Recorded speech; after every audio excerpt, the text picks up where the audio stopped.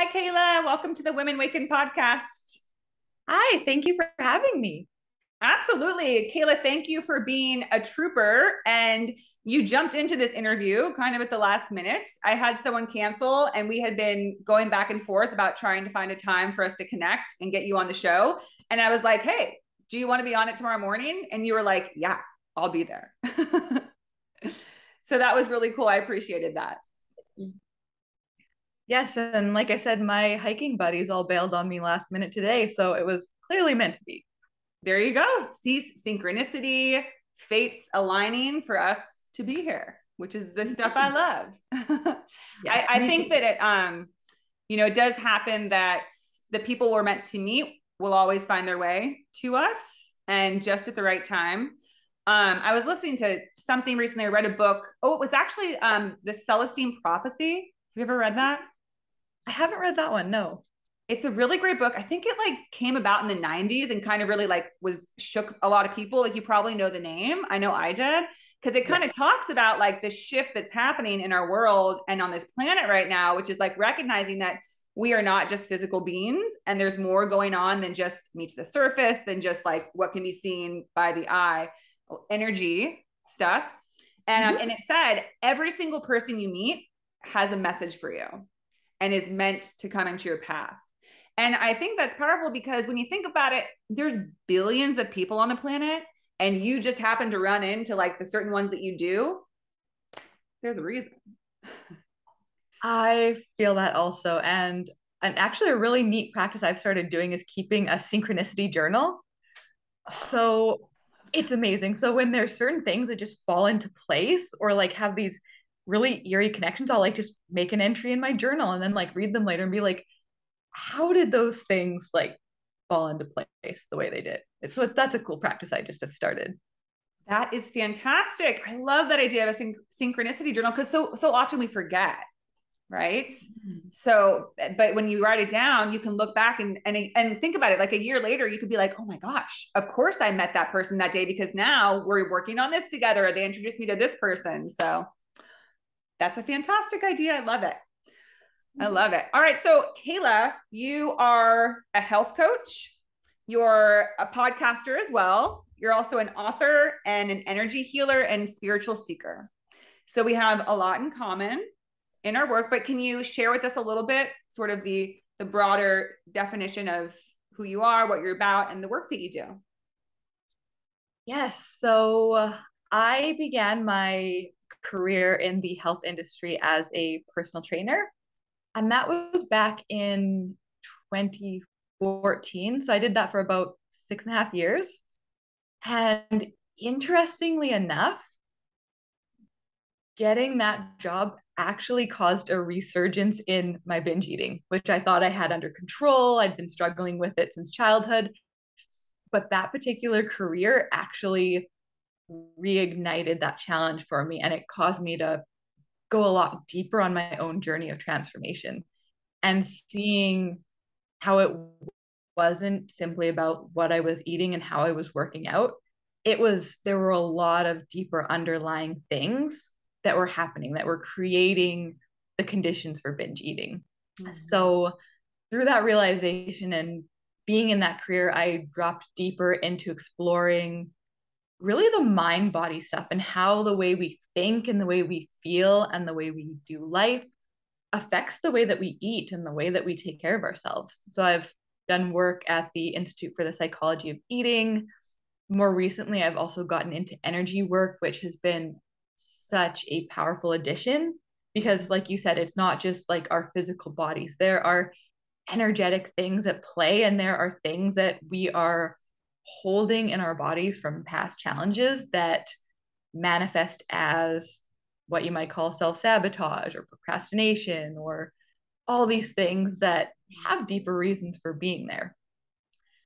So, as of I believe it was the end of last year, I actually left my personal training job and really decided to go all in on helping people transform their relationship with their health, their body, and themselves on a deeper level Mm-hmm. by applying not just the nutrition advice and the workouts, but these healing techniques, these deeper inquiries that people can do into themselves so that they can not just manage their food triggers or their bad habits, if you will call them that, but actually allow them to evolve into this next version of themselves that no longer has the need for those particular behaviors.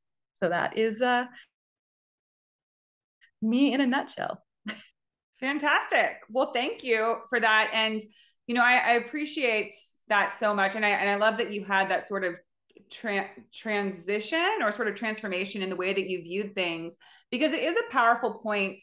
You know, and I think it's a lot in sort of a personal evolution is when you recognize that so many of the things we do, you know, it's if you just try to address it at the surface level, you're never going to change it, whether it's a behavior or a habit or a disorder or an addiction. You know, if we think like, oh, this one thing, I can apply it on the surface and it'll fix me right up. You know, and we can try so many different things. And unfortunately, that's tied to a lot of big business is people who can offer this like quick surface solution, like, well, try this diet or try this program or try this and you'll be resolved. But what people are really trying to get to is something much deeper, because anything that we're experiencing, like a eating disorder or any other sort of addiction, you know, it's from deep rooted beliefs, trauma, different things that are, it's like the seed that's sort of creating this response. You know, you shared that you struggle with binge eating, and I did as well since I was about 14. And, you know, we talked a little about energy, and when I was in the middle of a binge, it almost felt like like something had taken over me. Like it was almost like it was like such an energy thing where like something was just like I don't know, I can't explain it, but it was like something just wanted out, like, and all I could do was eat as a result. And I just felt like almost like possessed sometimes. And, you know, I would be so embarrassed because, you know, again, I started binge eating when I was a teenager. So I would like be at parties around friends and I would literally just be stuffing myself with food. And I would have people comment like, what, you haven't stopped eating in like 2 hours. And I'm like, I know.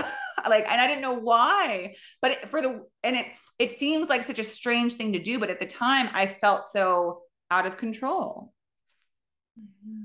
It's interesting. My mentor from the Institute for the Psychology of Eating, Mark David, he has a whole module on binge eating. And he talks about how in binge eating, there's a lot of power. And when I first learned about that, I'm like, no, it's the opposite of power. It feels powerless when you're doing it. Mm-hmm. But what's actually happening for people who have this particular challenge, there's a lot of power in them that they need to alchemize and transform. And a lot of that's emotion, a lot of that's frustration and energy, right? It is power. It's like your personal power that we are never told how to harness, how to celebrate so much.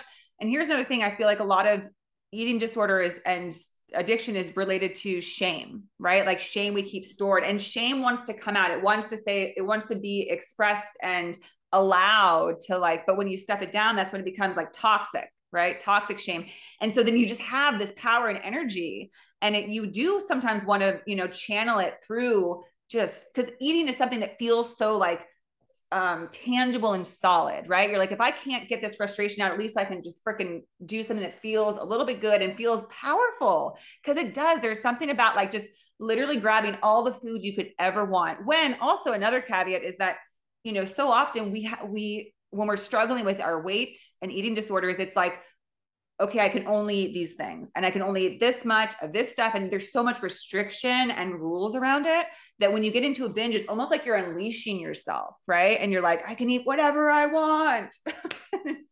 And it sounds silly, but it's true. There is a power there that wants to come out. That's a mix of so many things. And a lot of it, I think, is just our personal power that we don't know how to express otherwise. Mm-hmm. And another pattern I've noticed both in myself and in many of the clients I've worked with is if they feel powerless or trapped in a certain area, then binge eating is almost a way for them to, even though it feels out of control, they're actually like, I can eat whatever I want. It's like you said, right? It's a form of power. Yeah. Yeah. And I always also felt it was a little bit like a sort of like like revolting against, it's like, well, look at me, I'm going to do this and I can do, like against all of that control and limitation. And I think that also just come back to, I think it's a human condition, but I think even more so for women is feeling like we need to contain a lot of ourselves. Because we were talking before the show, Kayla, about, how I came about with Women Waken. And it's sort of the concept of women really being able to come forward with their unique feminine energy and divine energy that's not really welcomed. And so I think we feel like very like, oh, well, I can't really show who I am. So then there's small moments when we binge where we're like unleashing ourselves when otherwise we feel like we don't know how, or if we're allowed to. That's a very good point. Because I've noticed that too, both in like health and now more recently in business. There's such masculine, like fixing strategy, numbers oriented world in that like feminine softness and feminine power, because feminine energy is so powerful, isn't as well received or as celebrated. And I love that you're doing this work because it needs to get out there, and like people need to see that the feminine is as necessary and vital to everything as the masculine. Yeah, absolutely. Absolutely. And it's about using both because, goodness knows I have a lot of masculine energy. Like to me, that's the part that's like ready to create and put things in place. And whereas the feminine more so understands like the need for being grounded and rooted. But I think a lot of the feminine strength is knowing like the need to like almost like hold space and represent like what is so, and I think like that's what's missing is because in this world, we've really lost touch with our souls. We're much more connected to our egos and production rather than like our souls and rooting and grounding. And the feminine is her power comes in saying like, this needs to be seen. This needs to be respected. And I feel like that's also, when we feel sort of like an uprising from like Mother Earth herself, I feel like it's this frustration, like that same frustrated energy from the earth. That's like, you can't do this. You can't just, act as if there's a disconnect between your daily life and the world you live in, right? The earth that you walk upon, the nature, the ecosystems that you are within, because we act as if like we can just do whatever we want. And we don't have to worry about our relationship with earth because she doesn't talk to us. And well, of course she does, right? We just don't listen. We pretend like, la, la, la, I can do what I need. And that's, I think, my biggest thing with the masculine aspect of the world now is I think there's such a turn away from any of those things. And right, like the connection with earth, the connection with nature, it's all kind of like washed away as like, oh, that's hippie, that's like woo-woo stuff, that's like, we don't have time for that, we're business people, we're men, we do stuff.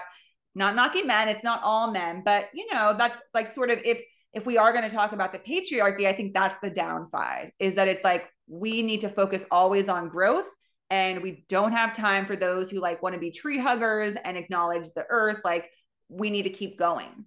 But it's like, well, what are we going towards? We're like off the cliff. Yes. Right. It's that conquering energy of the masculine, yes, which often comes with a very high price that we often forget to acknowledge. Yes, absolutely. Absolutely. And that's, I've talked about that a lot on the show, and it's something I've done like past life regressions and that kind of work.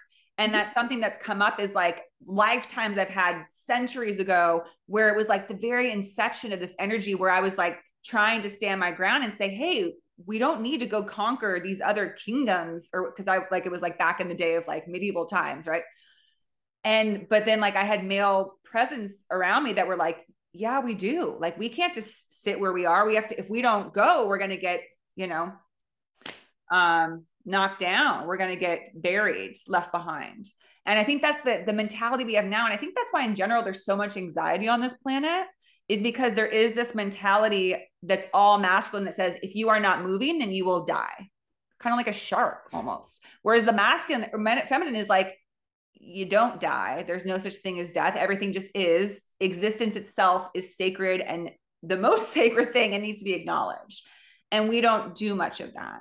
So yeah, I know that's a lot, but I guess my whole point is that it brings, the reason why I do this work is because to me, this is the core of why things like eating disorders exist and anxiety disorders exist and addiction exists, is because we don't address this missing piece, this like covered up sacred energy that is vital and not allowed right now.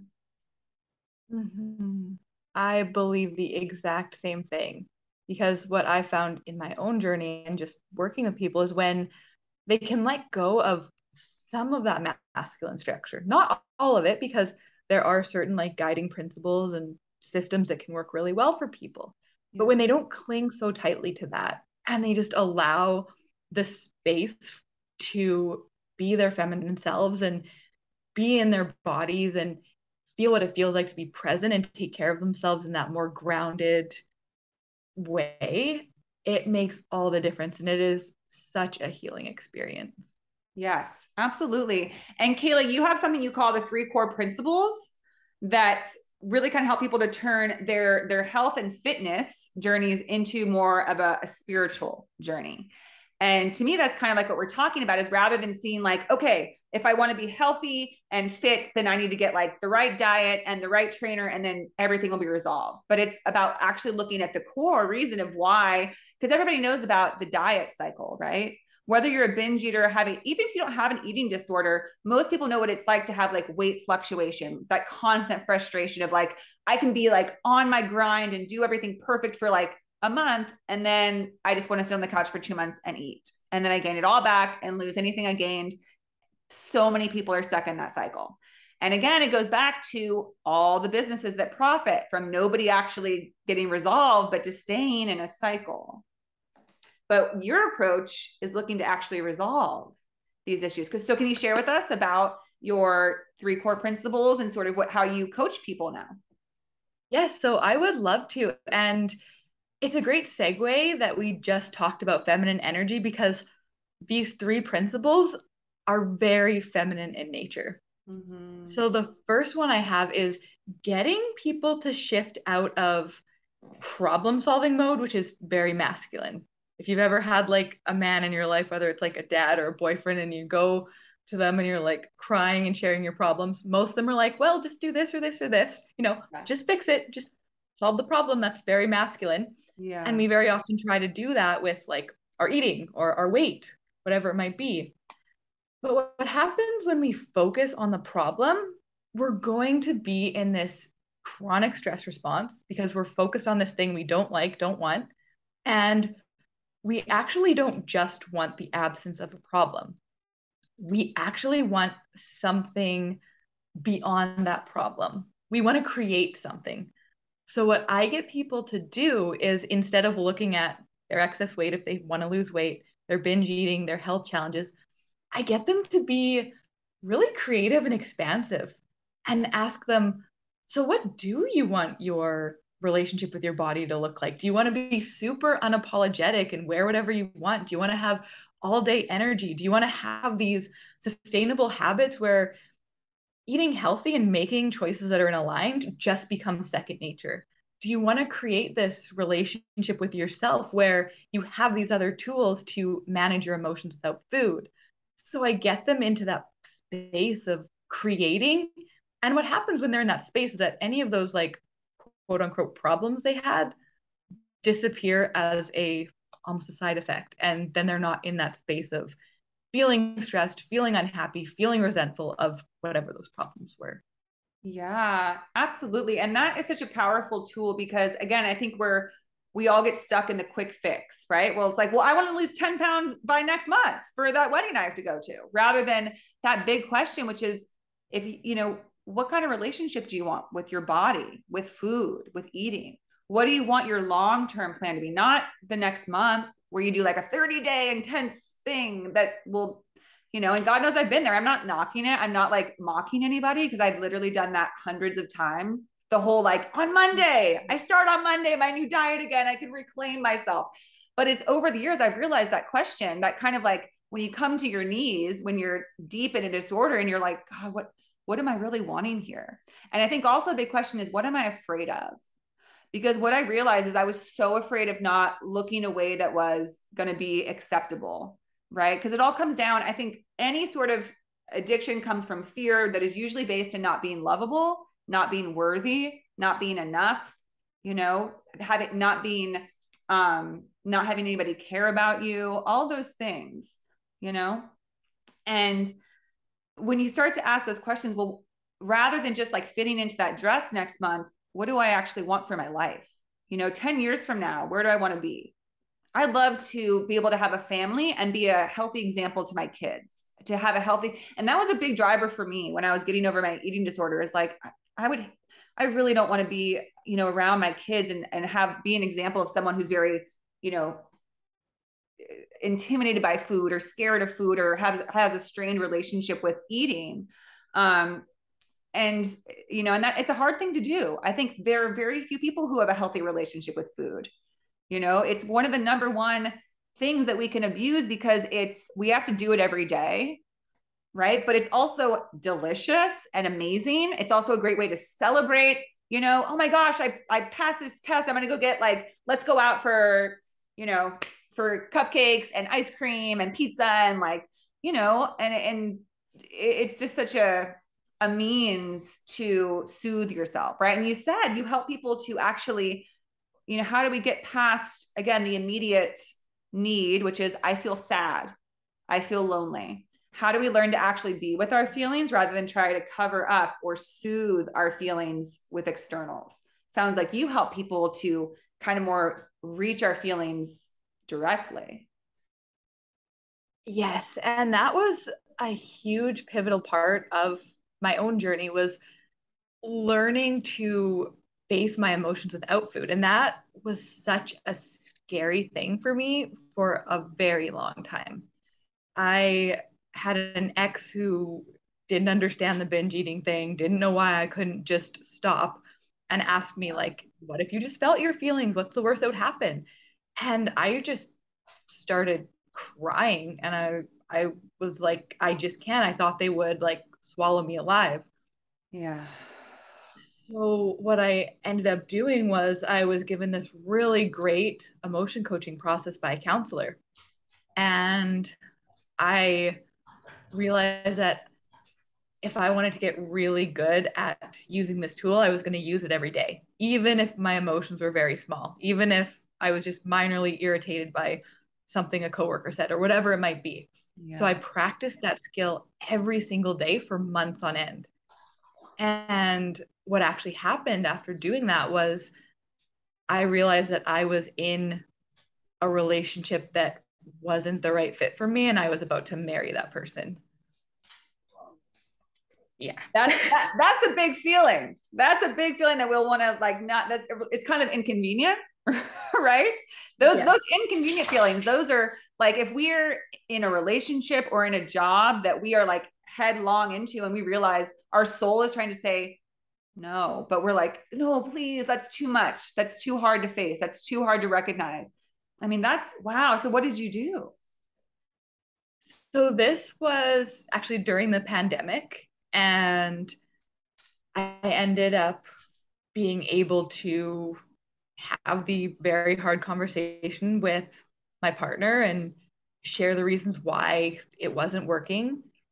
And I was initially met with some resistance, and they still wanted to make it work. They wanted things to, you know, turn out well. And they also wanted to buy a home. That was their big thing. That was their dream. Like, they'd moved in with me. They felt like the home was mine because I'd bought it. So they said, hey, I've waited long enough to buy a home. Since you're ambivalent anyways, I'm going to buy a home. You can come with me or not. So then it kind of felt like I was almost like, and maybe it wasn't intentional, but it felt like there was an energy of wanting to like trap me by getting me into a joint home together. So just I continued to like do this work on my emotions and do that soul searching and like hold the space for myself. Eventually, she talked to her parents about this and wanting to buy a home, and they told her that they would not help her buy the home if my name was on the title, which is totally fair. Like, I respected that. I didn't want something to go wrong 5 years down the road and then me take some of their investment into the home or whatever. Yeah. So I told her at that point, I can't be the reason you don't get your dream home. Like, this is your biggest dream. Like, I need to let you go because it's in your best interest. And she was able to like buy her like dream townhouse. It was this beautiful place, in the exact location she wanted. It was like walking distance to work. So we were able to part ways very amicably, which was really nice. That's good. That's good. But that wouldn't have happened though if you didn't tap into that feeling. That was because it sounds like if you wanted to, you could have just gone along with it, right? Like agreed to go ahead and get in on that dream house and that dream life that was kind of their vision, but you were feeling like it wasn't right for you. It wasn't. And then the other thing was I had developed feelings for someone else and never acted on it. And then after this relationship ended, everything just unfolded really beautifully. And now I'm engaged to the love of my life, my soulmate. And none of that would have happened if I hadn't chosen to look at my emotions and face them and like get really, really good at it. So yes. Yeah. this work doesn't just change your body, it changes like your entire life. Well, because you're releasing all this stuff that's kind of kept you, I feel like, held back and sort of, because anytime you have stored emotion, it's hard to be accessible to receiving new energy, accessible to give your energy. Also, I often use the analogy that's sort of like being a lighthouse without your light on. Like when you're like stuck in emotions, it's like you're kind of shielding things so your light's not showing. But once you like let yourself be free, your true light shines. And I think that's when people meet their soulmates, their partners, is when they're like, hello, this is me. And people are like, oh, dang, that's what I've been looking for. It's you. When otherwise we can attract people who aren't, maybe they're not drawn to us for our unique light, but for other reasons. And then that's when it can kind of be like, something doesn't feel right here. Yes. And that's the other thing, is that I know I was not my most ideal partner in that relationship. I was numbed out with food a lot of the time. And I feel a little bit of sadness for not showing up fully for that person in that relationship. And I feel it was a gift for me to let them go, not only because now they have their dream house, but because now they are free to find that person who is like their love of life, their soulmate. And they're going to realize like maybe the breakup was painful for them, but at the end of the day, when they find that person, they're going to be like, this makes sense now. And that's what I really want for them. So yeah, and that's wonderful. And as you described, I think that I would say, I mean, there's so many things that cause great emotional distress and turmoil. But okay, I will say for myself that when I've had relapses in my eating disorder in recent years, it was often related to romantic experiences. Because I think there's something very powerful. I mean, obviously there's a powerful thing, right? It's two humans connecting in the most intimate of ways and really putting yourself out there. I mean, of course, there's times where we don't fully show ourselves to others, but you're usually showing more of yourself to a romantic partner than you do to other people, right? To friends or stuff. And the feelings of maybe rejection, or maybe like that feeling of, because it's a unique thing when you have intimacy, but yet you're still almost lonely because they're not the right person for you. I know that that's been times where I've kind of like turned to food, is where I'm like, I still like, there's something not right here. Right. And then also rejection. Like a big relapse for me was when a relationship ended and I left feeling like I had just been dismissed and like that I wasn't good enough. And that's not feeling good enough is a really strong emotion and a painful one, because again, it goes back to that core fear of maybe there's something so wrong with me that I can't be loved or I can't be accepted by others. And that's, I think, our greatest fear. Because to me, love is source, right? It's what the universe is. It's all made of love. So it's kind of the part of us that's like, well, shit, am I not a part of the whole? Like, am I not like a sacred, being just like everyone else? And I think that's what sometimes romantic situations can lead us to, is because we get so close to someone that we're like, well, they don't really truly accept me, who will? That's a really powerful point. Is I think one of the most painful experiences we can have is that disconnection from source. And I think it can come in the form of those like fractured relationships. It can come from emotional and binge eating, which is very isolating and very numbing. And And I think often when we're in it, we feel like we're the only person who does it this badly, or we're the only person who it's this troubling for, because it's such a secretive thing for many people. Any of those things that like cut us off from that spiritual connection are going to be really challenging for us to handle at that core level. Yeah, absolutely.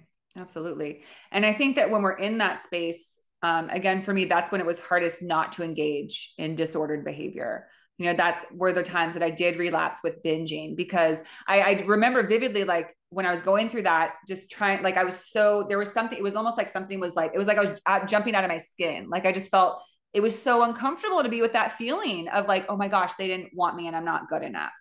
And I, you know, this was just a few years ago. So I was a therapist, like I'm supposed to be able to like, you know, work on these things, but I just couldn't. I was running for food. I would literally race out of my house to go to the store in between clients to like get some like food, right? To just get something that was like I felt like I needed something, right? Which again is that like departure from the self. It's like, I don't know how to just sit with this and embrace this. I want to run from this because it's too big and too scary.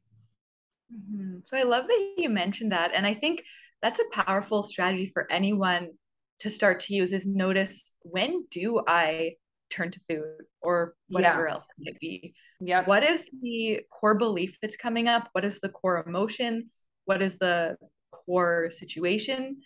I know for me in more recent times, it's been when I felt like outside sources are trying to control me and stop me from doing something that feels right or part of my purpose. Yeah. And that like sense of feeling controlled really causes me to contract and feel a lot of like repressed anger, and that's when those like compulsions come back. So Yeah. anytime you can start to crack your own code and just become aware of what the patterns are, then when they come up, the thing is, when you're first doing these, you still might turn to food, and then the goal is not to like judge or shame yourself, it's to notice and then start to just do the internal work at a pace that feels safe and right to you. And getting a therapist for this is amazing. I would not be where I am without some amazing therapists. So that can be another great strategy as well. Yeah, absolutely. And that's what I encourage in people all the time. And that's what I found for myself, is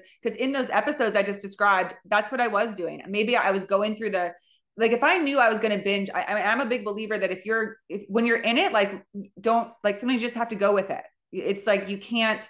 And I think that's hard for some people to admit or to encourage, but if you're still in the process of binging, you're in the process of binging. So be the observer, right? If you can just, okay, I'm going to do it, but let's see, like, what am I running from? What am I feeling in my body? What is, because, you know, if you realize it, it's not a natural state, right? Like today I'm going through my day. I have no desire to binge. So something is happening, right? It's not a natural thing to want to just gorge yourself with food. So we say, okay, there's a person here, there's a human here, there's a soul here. What's going on with it? What am I afraid of? And sometimes in the middle of a binge, we don't want to think those things, but at least like little noticings, like what triggered it, and when it subsided, like, how did you feel? And just so much observation and noticing, because everything is a little step towards recovery, towards a more stable place where there's not that upheaval or that, you know, deep pain that we want to numb or push down. Yes, absolutely. Yeah.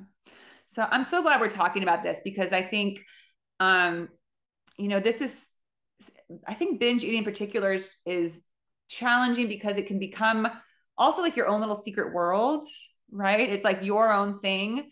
But it also has so much shame related to it, because anything with like eating or gluttony or anything that results in like gaining weight is like, so like, it's not sexy, right? It's not like, you know, if not that any addiction is sexy, but like if you drink a lot, sometimes you can cover it up by just being like, you know, going out and being really fun and, you know, all these things. And like maybe people could, like, when you're restricting more, you can feel like, okay, well, this is making me feel like I'm more powerful because I can do this. But with binge eating, you just, it feels so defeative, right? You're just like, oh, like I don't have control over this, and there's nothing glamorous about it except when I get to eat a lot of food.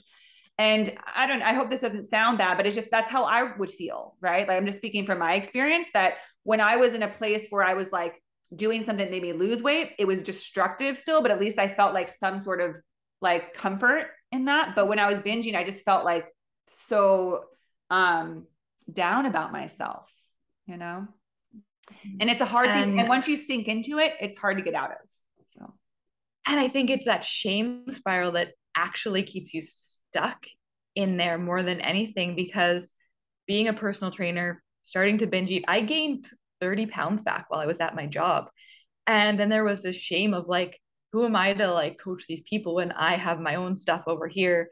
I kept waiting for like someone to mention it and like fire me. Never happened because I had a good workplace. But there was so much shame. And like, even over the years, like, there's been such a like amazing healing around binge eating. But then when it does resurface every couple months, there's this pull to like go back into that shame spiral and feel like, okay, I'm still not there yet. I'm still an imposter. I'm still a fraud, instead of treating myself like a human who's still learning and figuring it out. yes. And that's like been one of the things that I've tried to get better and better at, is like allowing myself to be imperfect, and even sharing some of the learning experiences that come out of each of those moments, because there always are lessons and breakthroughs that come from what someone might call a relapse. Completely. And I think it's really powerful. You know, I led a eating disorder group, like a support group for many years. I volunteered through this wonderful organization called the EDRC, the Eating Disorder Resource Center, which is located in Campbell, California, but you can access their website anywhere, edrc.org. They have fantastic resources. And, you know, I was working with them when I had my relapse, and I shared, and I said, you know what, I know that I'm a therapist, and I know that I'm, you know, I've been in recovery, but I relapsed, and it happens, and you can still relapse and still be on your path to recovery, you know, because just as you said, are we supposed to like throw in our hats if we aren't, like, if we're not able to like hit the bar of what we're sharing with others? You know, I mean, I'm a therapist and I can help people with insecurities. Does that mean that I never get insecure? Like, oh yeah, let me tell you how to work with this, because like I'm beyond that. Like, that's just not life. And I think that it's actually more powerful. And that's sort of my purpose with this podcast, is not to speak as an expert, but more so as just someone who's in the trenches with everybody else, but has an intention to like, let's all work through this together, right? I'm right here with you. I'm in the mud sometimes. Sometimes I'm standing up. Sometimes you fell down. Let's help each other out. Yes. And I feel the exact same way about my podcast. Is like, authenticity is one of the biggest core values. Yeah. And never putting myself on like a pedestal, because I'm still learning and growing. And yeah. I think what's really beautiful is having like a community of people who are all learning and growing, who can see each other's blind spots, who can support each other, and almost just like this really beautiful sisterhood of everybody that's just on this journey towards their best selves. Yeah, absolutely. And I think that's what people crave. People crave authenticity and realness. There's something about like when people speak truth, it's like the most beautiful sound. It's like there's something. I am in recovery from drug and alcohol addiction, and I started doing 12-step programs. I did AA. And at first I was very resistant to it. And I was like, oh, I can't believe it's come to this. Like, I have to go to meetings, like really, but it came to that. Like I was that far down and I needed help. I didn't know how to do things without getting into a destructive mode. And I was resistant to the meetings until I realized like how beautiful it was to be in a space where everyone was just sharing their absolute candid truth. Because again, there's something about it, just sounds so beautiful in a world like it's so full of, you know, veiled lies and little like manipulations and people, no one really speaking what's real, just like what might sound good. And like you know what I mean? Like there's very little transparency in the world. Most people are trying to cover up a little bit so they don't, you know, totally expose themselves. But when people are just genuine and true, I mean, real healing is possible there in that space, because then we're like, oh, I can share my stuff too and not pretend or not try to hide. Because and I've talked about this on the show, is that any kind of illness is based on constriction, right? Like anytime you're trying to like hold things back, our systems never work well when they're like blocked or constricted. And to me, when we're concealing the truth, we're constricting our true selves. But when we just let it out, we're free flowing and everything starts to align and get healthier, right? Which sounds again like how when you help people with their fitness and health goals, you know, there in the long run, that's why you ask those questions. Like, well, what do you really want? Well, I want a healthy, flourishing relationship with my body. Well, the more that you're aligned with that, the healthier you'll be. Exactly. Yeah. So I love that that's the focus of your podcast. Oh, because the other thing I was going to say is that when I've had times like, again, with the bad breakup, I scoured the world, the online world, for any podcast that talked about breaking up and even like relapsing on or binge eating when you're dealing with like painful breakups and just different. Cause I wanted to hear from other people, like, how did you get through this? How did you do this? What is this? Is there something wrong with me, or have other people had this? You know, how do you deal with rejection? Why do people reject you?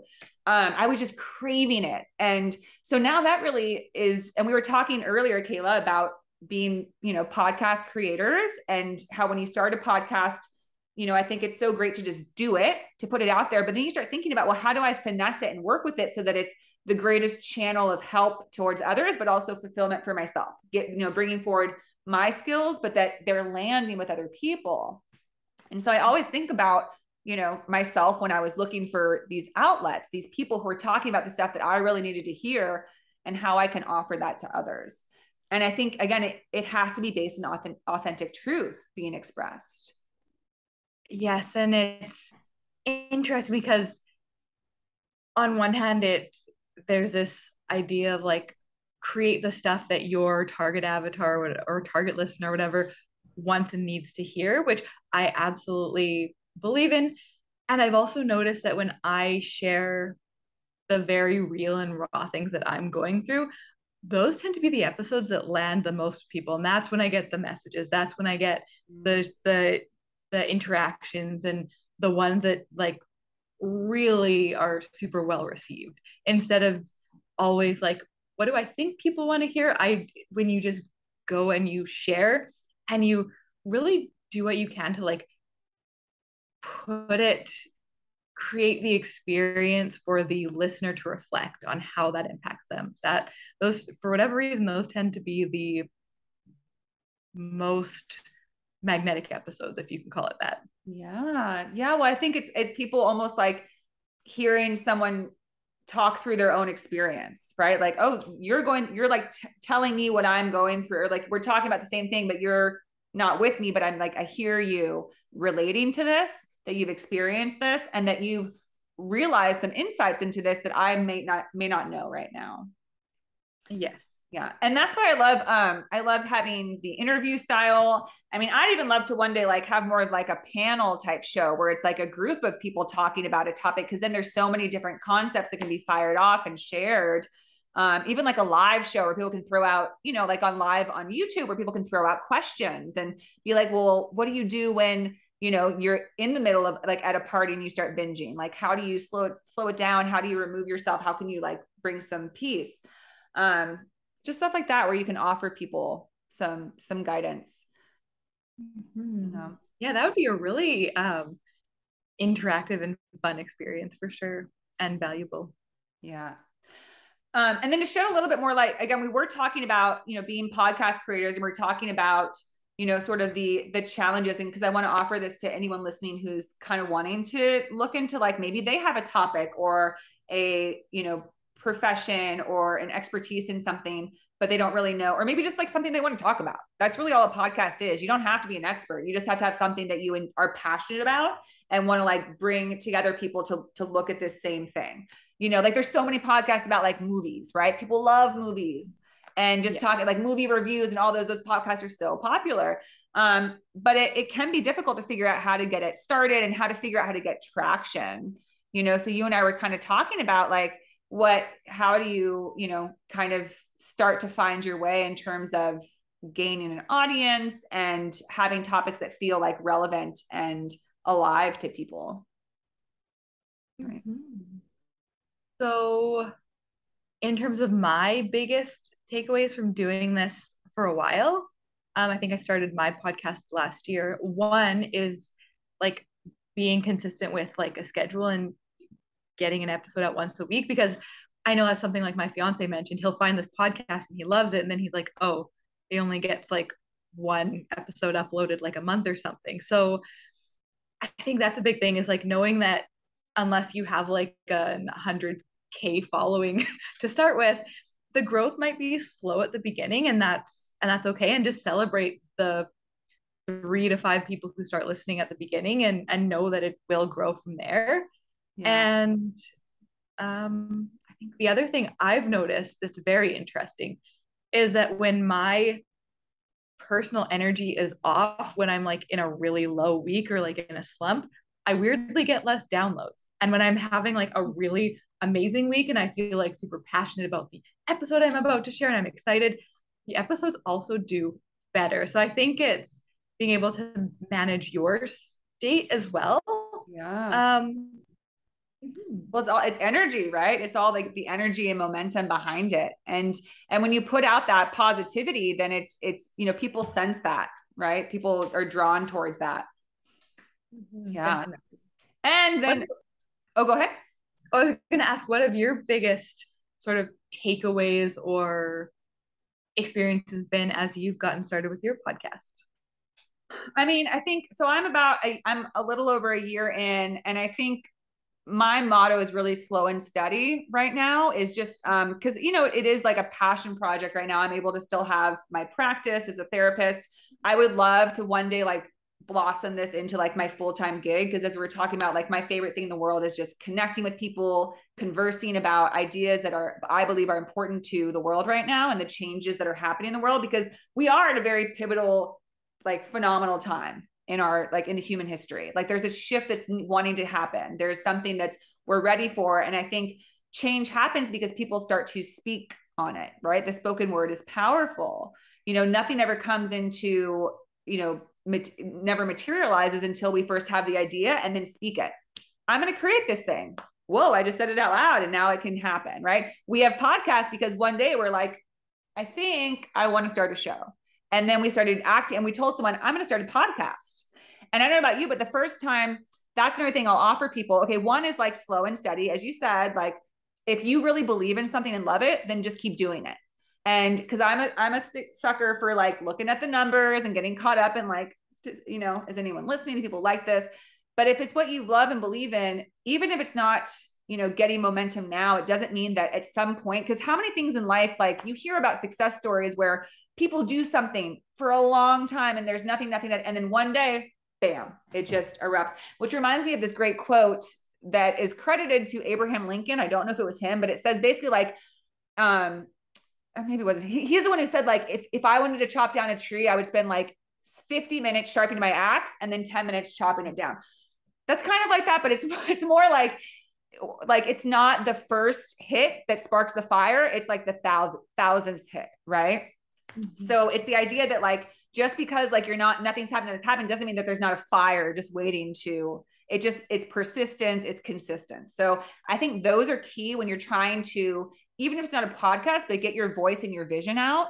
If you believe in it for the long run, then be in it for the long run and prepare yourself for the long run. And then the other part is also just going for it and speaking it. I started my podcast because it was beginning of 2021 and I thought about it. It was something I had been thinking about doing. And then I was at a networking event, an online networking event. It was a spiritual networking group. There's probably like 200 or 300 women on this Zoom. It was a Zoom. And the woman hosting it at random picked like 3 people's name to speak to the entire group and talk about their business. Well, my only business is a therapist, not only like not to, minimize it, but I'm not doing like some big spiritual offering yet. And she picked my name. And I almost told her like, oh, no, it's okay. But then I thought, you know what? I'm just going to say it. And I told the entire group, I said, hi, I'm Whitney. And I started a podcast. It's called the Women Awaken Podcast. I'd love to have you as a guest, reach out to me. And that's how my podcast started. Because then women reached out and I was like, yeah, I'm doing a podcast and let's interview. I didn't know what I was doing, but I just went with it. So I guess those are my 2 biggest tips is just like, if you get a moment, take it. Like if you have a chance, just do it, start it. Right. And don't worry too much because what do they say? Like getting started is half the battle. Right. If you just do that, then chances are you'll find yourself getting somewhere rather than just staying in like the thought space. And then letting it be slow and steady. Sorry, that was a lot, but yeah, that's what I found. Definitely. And I love what you mentioned about the fact that you would do it anyways, regardless of the numbers. And just if it's something that just like lights your heart up and it's self-expression, it's creativity, it's an outlet, Yeah. and you just keep doing it and doing it for that intrinsic value, along with knowing that you're impacting whoever's listening, like that's huge. And then I had another like fellow friend podcaster chatting to me about this, and he's like, even if only 6 people listen to your podcast in a week, that's 6 people that tuned in and could have had their lives changed by one little thing that was said. And that's really powerful to think about. It's so true. And that's why I also believe in the spoken word, and what's so wonderful about all the outlets we have now to hear other people's thoughts and ideas. Because how many times have you, like, whether it's, a little short on Instagram or a podcast, that somebody says something and you find yourself going to sleep that night and you're like, wow, that was a really good point. And you and I doing our podcast, maybe we don't reach that many people, but there could be one person that was like, whoa, I really liked what they said. That really rang true with me.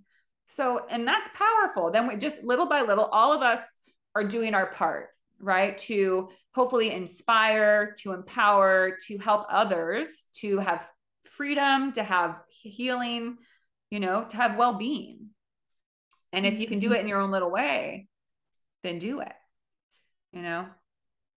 Absolutely. And I love that, like the power of one or the power of 5 or 6, or there's those smaller groups, because I think we do live in a society now that's all about like the numbers, the masculine, the how big's my following. Yes. And I personally would rather have like a smaller following of people who are deeply touched by whatever it is that I'm saying than worrying about the like glamour and the influencing. Like if I could just like find my like tribe of people and never be on social media again, I'd be cool with that.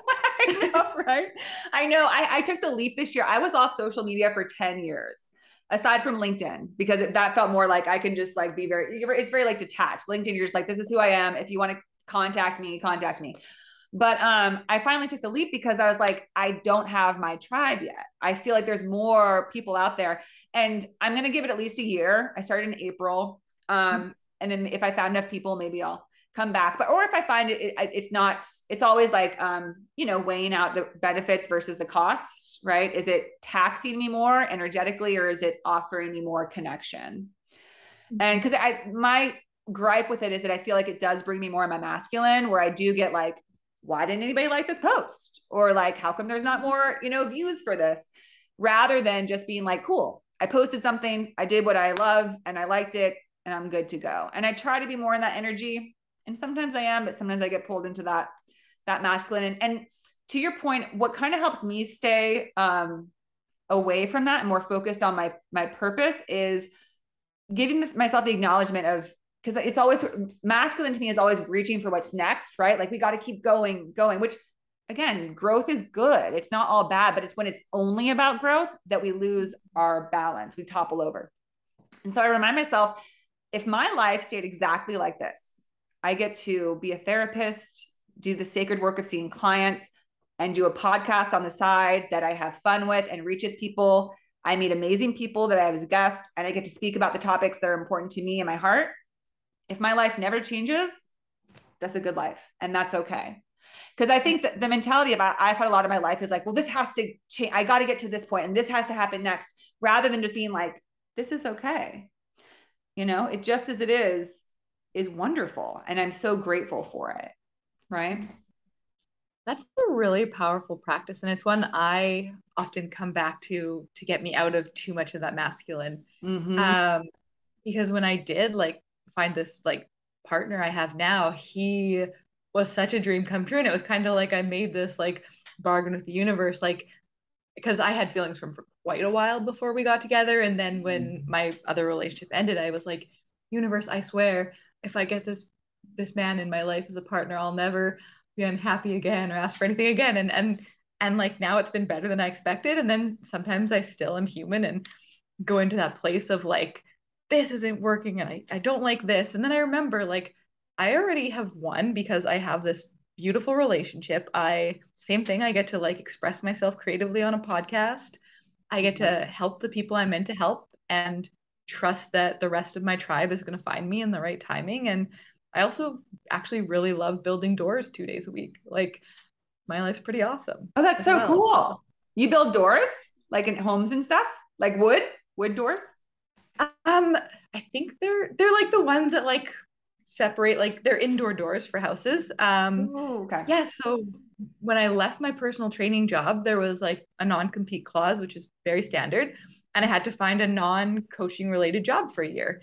And I found this job that is so much fun. Like we have targets we have to meet. So that's where I get to be in my masculine. Like we've got targets, we've got numbers. I get to go do like build the solid core doors, which are like the heavy doors.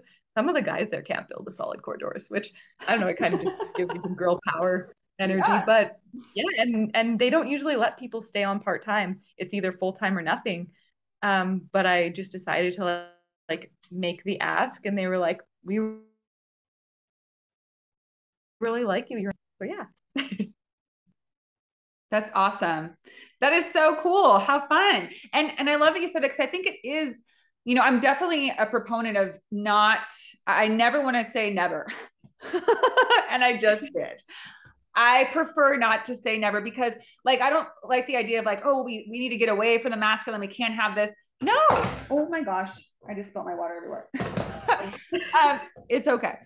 It's important to be able to, because okay, here's another thing too. Like if you're in the middle of an eating disorder, it doesn't help to be like, okay, I'm going to stop doing this. And this is like, it's not how I feel. Like you got to kind of just be like, okay, this is what's going on for me right now. I'm having a really hard time controlling my eating or not restricting, like trying to deny anything. What you resist persists, right? If you try to keep pushing something away, if we try to say like, oh, well, I'm not going to be masculine, I'm just going to be like super grounded and super feminine. Sometimes you want to go like build a fucking door and like get into like your, get like physical and like, oh, and feel strong and feel powerful. And sometimes you want to like make shit happen.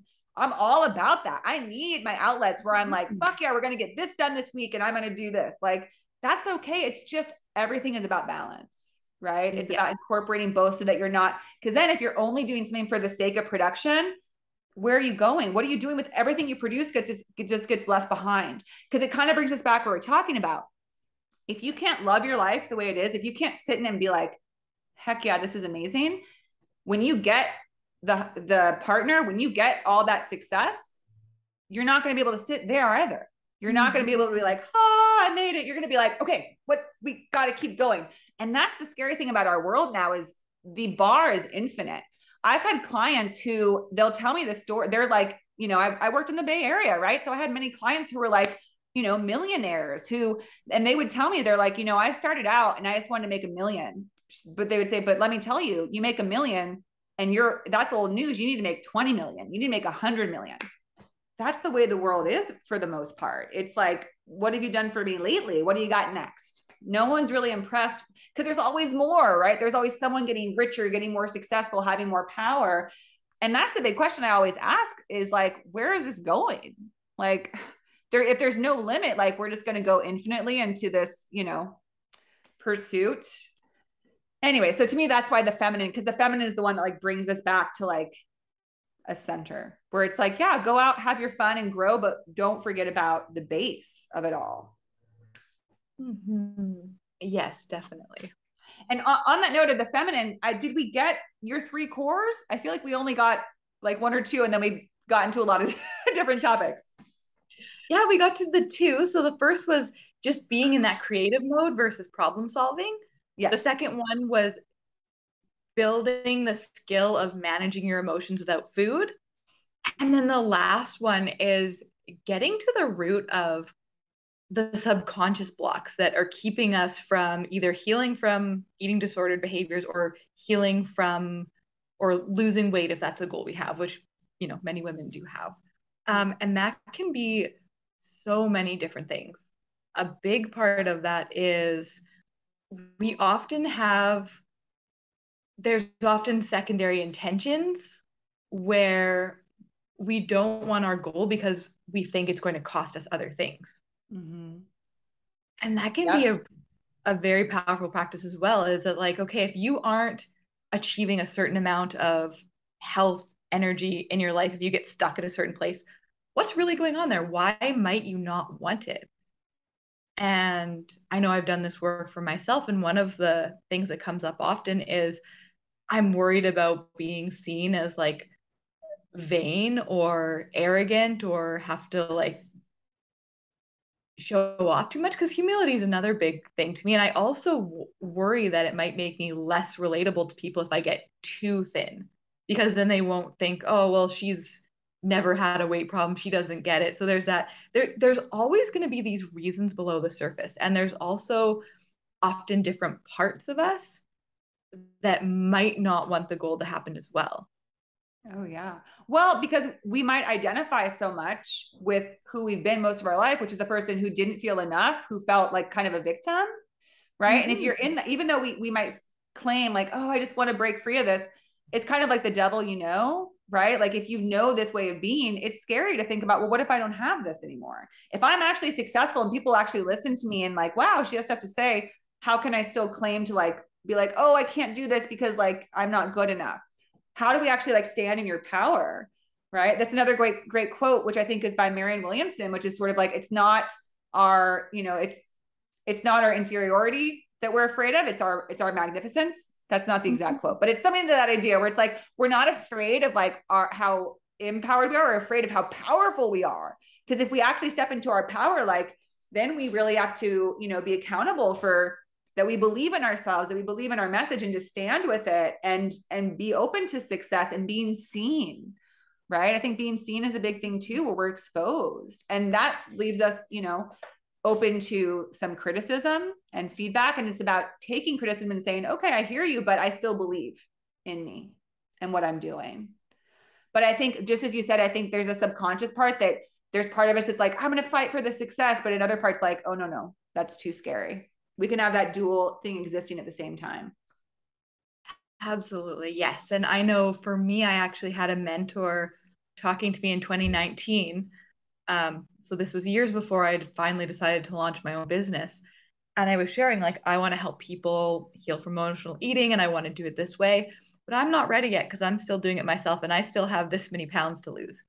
And she actually called me on it and she said, I think you're using your challenges with weight and food to not do this harder work, or something to that, in a very loving way. But it Yeah. was so true. And it was one of those things where I probably could have just put it off forever because I was never like fully ready and never had like the exact like level of full consistency that I felt was like appropriate at one point, which was really just a limiting belief that to be a leader, you have to be perfect.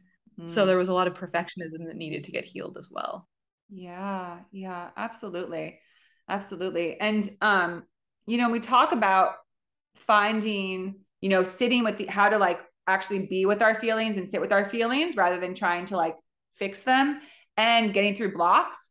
I think it's, not just because I'm a therapist, but because I've done my own therapy, right? I've done therapy, I've done groups, I've done all of those things, different modalities.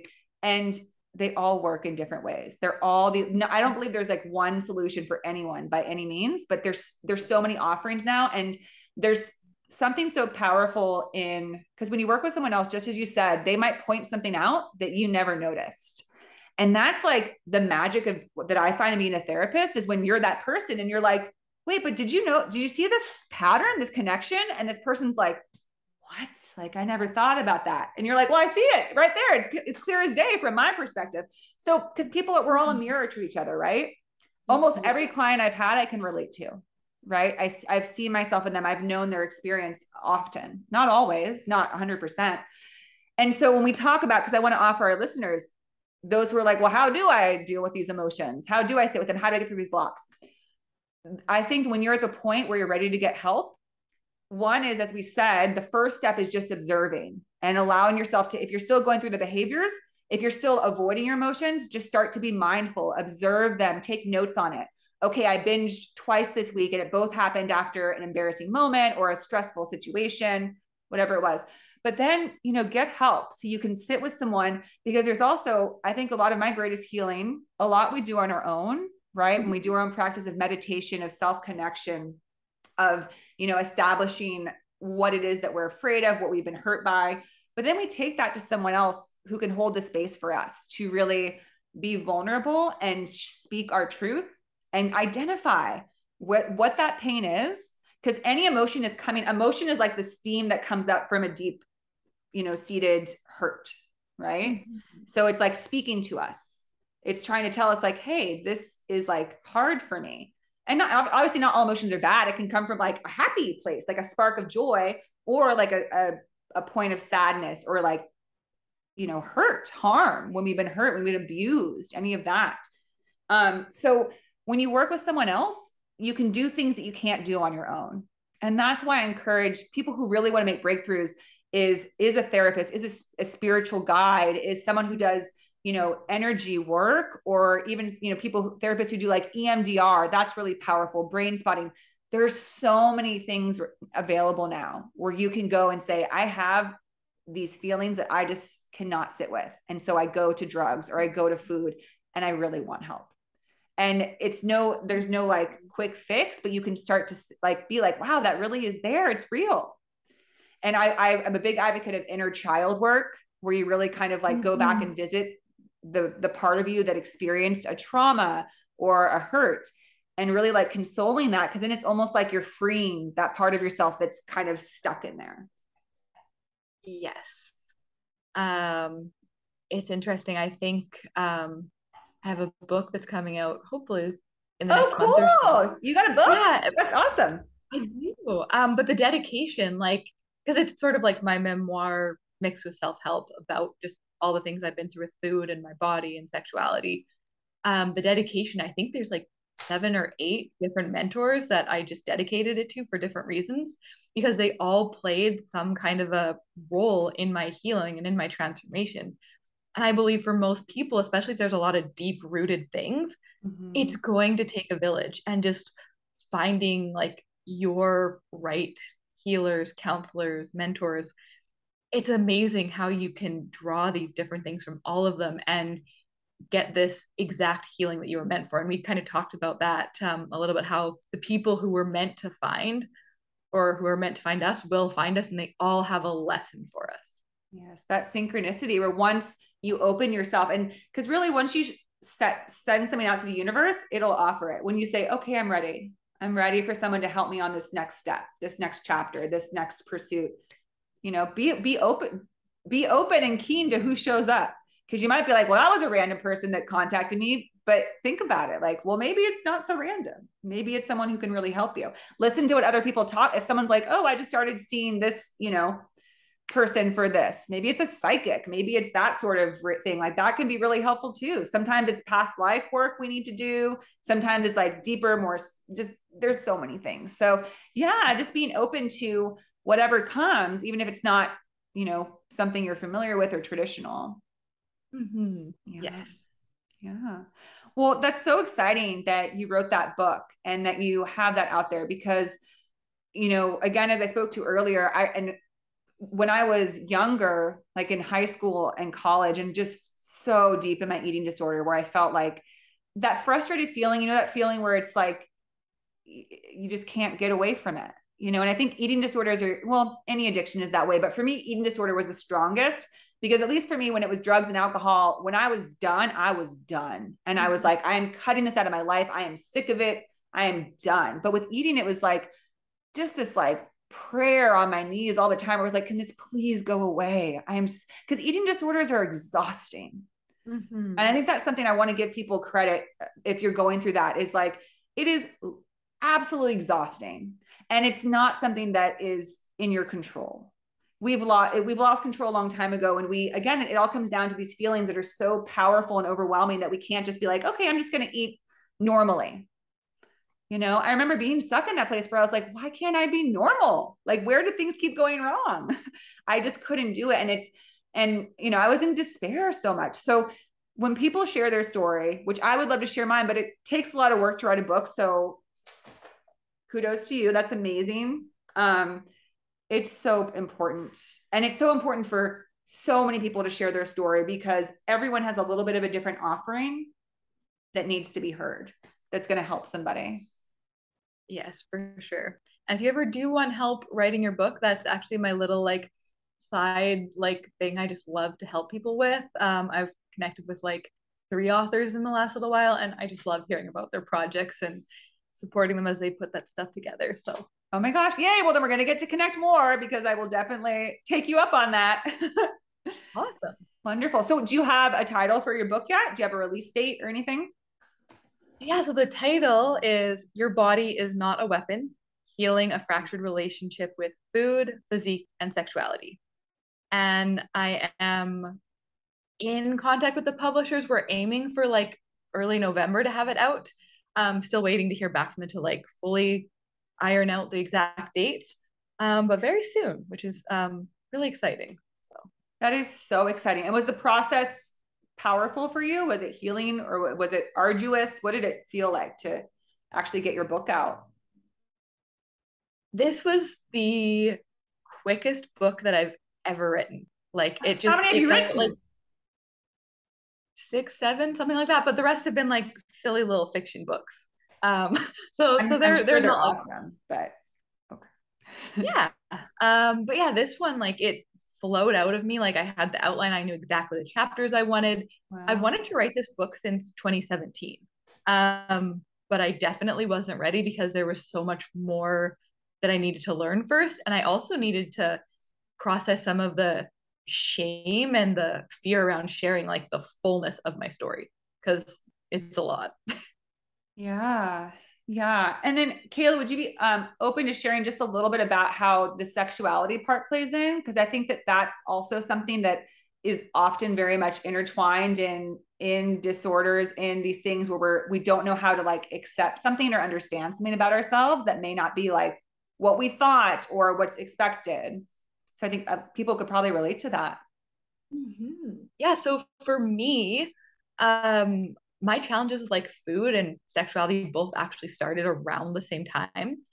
I experienced some sexual abuse probably like age 6 or 7. And right after that time, started binge eating, gained a bunch of weight, and I started acting out sexually. Like I was chasing the boys around at school. I would go hit on like older guys all the time, concerning everyone around me. And that sort of behavior kind of continued even into like my early adult years. Mm-hmm. I was like very, very sexual. Like I was like all over the place, put myself in some dangerous situations. And on top of that, I also was bisexual as well, which in my family of origin, they were very religious growing up, and that was like not tolerated, not acceptable. Had my actually mom's entire side of the family stop talking to me for the entire time I was dating my female partner. So there was just a lot of sexual shame. And I think it's interesting that people often hear about people being like low sex drive and like almost asexual after a lot of sexual abuse. But mm-hmm. I almost went the opposite way. I was like hypersexual as a result of it. And there was just a lot of stuff going on there. And then to then fall in love with a man again, there was some shame there as well, because there's a subsect of the lesbian community that kind of looks down on bisexual women, and they get very outraged when women in female relationships go back to men and act like the bisexual woman was just experimenting and they wasted the lesbian's time and they were a fraud basically. So there was all these things, these like combined elements of like shame around like how I was eating, how I was doing sex, who I was romantically interested in, all these different layers. And at the core of it all was just like shame about who I was at a soul level. And it was just healing and allowing myself to be who I was. So yeah, they were all very connected for me. I think there is such a connection. And I think it comes back still to that, like a lot to, well, of course, the shame and confusion and acceptance of ourselves, but also that power thing. There's a great book called, I think it's Food, God, and Love, some kind of combination. Is it, do you know it? Is it Renee? Do you know what I'm talking about? Women, Food, and God by, not Brene, Janine Roth. Yes, thank you. Janine Roth. Oh my gosh. I knew it was something like E. Janine Roth. Oh my gosh. Anybody struggling with food issues, any woman, I would say in particular, because it's very like female centric,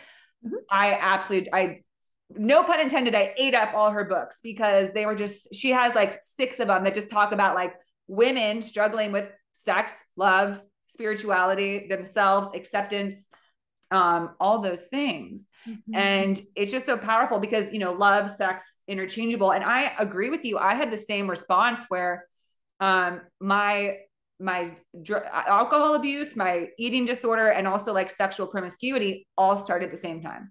And it's no coincidence. They're also tied because it's about like, again, our sexual, our female prowess that we don't know how to make sense of, or we don't know what to do with. So we stifle it and we use other things to try and, but also of course, trauma from our experience. But anyways, sex in particular, I think is interesting because just as you described, I also would become like hypersexual. And it was because it's also like this power you can play with. Like in some ways it makes you feel, again, just like food, it makes you feel like invincible. And like you have this power over someone until you don't, right? Until you're like, oh, that's just sex.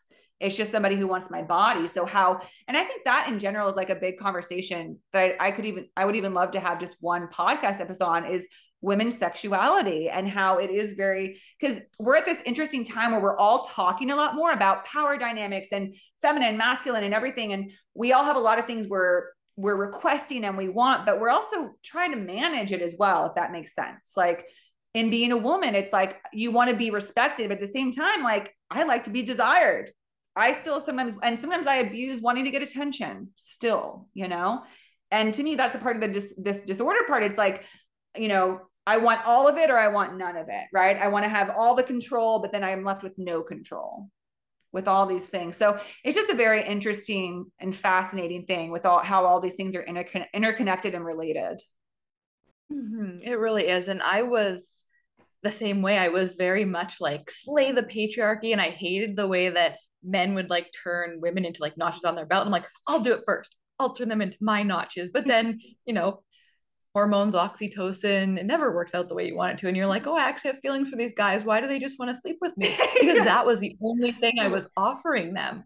I wasn't like myself. I was just this like pursuer. And it was like, it was what you mentioned. It was like being intimate, but also lonely because it wasn't real and there was no depth or substance. Yes, absolutely. And it also brings me back to when you were talking about how sometimes we say we want something, but we're attached to something else. And, I've been in situations where I feel like because a lot of my, some of my childhood trauma and struggles, I feel like I identify so much with not being wanted enough of worthy of attention from others, that I'm kind of stuck in that. So I've actually had guys tell me where I get all like, well, you don't really like, you just see me as sexual. And they're like, well, but that's how you presented. Like, I thought that's what I've had guys tell me, like, I thought that's what you wanted. Cause sometimes I get into that, like, seductress, mindset of like, I can like, wield my sexuality and make you want me. But then it's like, well, you're doing this to another human, right? I've had men tell me like, I have feelings too. And I'm like, I know. Okay. But sometimes I forget that. Do you know what I mean? It's like, cause I'm caught up in my own drama in my head about like, well, they just want me for my body. So I'll just seduce them with that. But then if you're not giving them a chance to actually have a real connection, and if you're not acknowledging that they're a human being too, that doesn't always just want sex, or, you know what I mean? Like we create our own reality. So it's about kind of leveling things out and noticing where things are coming from our own blocks, emotional, situations versus what's true. I think the other thing that I found to be true for me was it's almost like we're getting ourselves into situations that somehow like repeat the original wound, like the sexual wounding, whatever it was, in hopes that this guy is going to be different. This guy is going to change the pattern. This guy is going to be the one who like actually is safe and actually loves me for me and all these things. And what I found was that was never the case. And I had to do that work on my own. And then the person who was safe, who was nurturing, who sees me as that full person and fully loves and like honors all of me, they came after I did that work myself. So. Yeah, I completely agree. I know for me, because it sounds like kind of what you're saying is sometimes I would seek someone out that was almost like the person that mistreated me or was abusive, because it felt like if they can love me, then maybe it meant that that didn't really happen, almost like that. Because I think there's something about when someone abuses you or mistreats you, you want to believe that they wouldn't have really done that they weren't really trying to hurt you. There's a lot of women who go back to their exact abuser, and you hear it described, and because they almost don't want to believe that they were actually trying to hurt them, so they want to see like, oh, maybe they'll love me this time, maybe that was just like, and it's just hard to sit with the fact that we've been abused. So, and then again, also I think that we keep seeking out that same energy and hoping that maybe this time it'll be different. Maybe we can get an actual loving reception from this same type of person that originally was dismissive, hurtful, abusive. Yes, absolutely. And just to your point, until we realize that that will never be the answer, it has to be within us. We have to, because here's the thing. Whenever we're looking for acceptance or approval, the only approval we're really looking for is our own, right? If we want this person to want to date us, it's really because we just want ourselves to say, okay, yeah, you're good enough. If he likes you, then you're good enough. It's not their actual, it's always inside. So until, like you said, when you finally realize, like, I don't need to try to connect with people like that anymore, because I know that my truth, and I know that I'm whole and perfect just as I am, that no matter what happened to me, it doesn't change who I am fundamentally, regardless of abuse or struggles with disorders. I'm still like just as I am. I don't need anything, and I don't need to cut out anything either, right? There's no part of me that's totally marred or, broken because of what happened. It's all still perfect within me. Then we find something healthy, because then we are healthy. Yes, for sure. And I've heard it kind of phrased as like the permission slip. And we're using these external circumstances to create a permission slip to feel a certain way, whether that's getting to a goal weight is going to be the permission for us to feel confident, or getting that love relationship is our permission slip to feel happy, or getting that amount of money is the permission slip for us to feel safe. But we're the ones choosing that external circumstance to be the permission slip. When we're the one that's writing it, we could choose to write the permission slip right now in this moment with our present circumstances and cultivate those feelings now if we chose it. And that's when I realized that, I'm like, that is a game changer, and that makes everything better. Yes, 100%, completely. That's what it is. We're all making our own rules, and then we're deciding that we have to, but recognizing that we're writing those rules and we can change them. If all of a sudden the only rule is I love myself unconditionally, whoosh, everything disappears, like something out of like a mystical movie where it's like the bad guy just dissipates, and all of a sudden you're like, oh, I was fine the whole time. And again, I'm not minimizing it. It's not that easy, because my battle has been long and arduous, and it takes longer than that.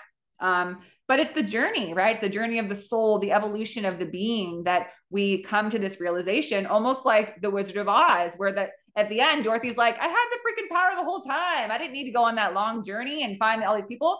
But what a journey it was, right? She had a great time. She met a lion and a scarecrow, a man, and whatever. And so, yeah, I just think and that's why I think it's important to say that be patient with your healing, with your process, because it's all there for a reason. I'm a big believer that we need to go through exactly what we go through to actually get to resolution. Because I know I've had times through relapses, through another unhealthy relationship, where I'm like, really? Again? And all it is it's just saying, like, you need this many times to get the lesson. It takes what it takes. Right. Mm-hmm. So I encourage that for anyone who's in the depths of an eating disorder, right? Of a toxic cycle, whatever it is, to just have patience and know that, this is leading you towards that freedom, that healing. And if you're listening to this podcast and what we're talking about, it's because you might just be ready to start healing. So that's good news. Very good news. Yes. Yeah. Wow. Well, Kayla, this has been such a fun time meeting with you and talking. And I really appreciate you and the work that you're doing, and for sharing your story and your work with us. Yes. Thank you for having me. It has been a really delightful experience. Super fun. And I'm hoping to be a guest on your show sometime soon.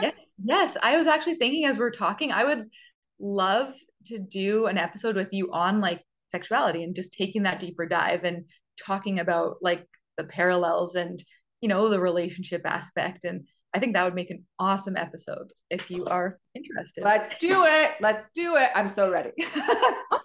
Yeah. Well, Kayla, this has been so much fun. We've gone almost a full 90 minutes. That's incredible. So, woo, apparently we had a lot to talk about. Yeah. So thank you for jumping to the opportunity. Always awesome to say yes, right? That can be really powerful. Also powerful to say no sometimes, but when you're looking to kind of connect and take those synchronicities, sometimes it can be good to be like, I will do that. Thank you. Yes. Yeah, sure. All right, Kayla, we'll have a beautiful weekend. Thanks again. I'll talk to you soon. Sounds good.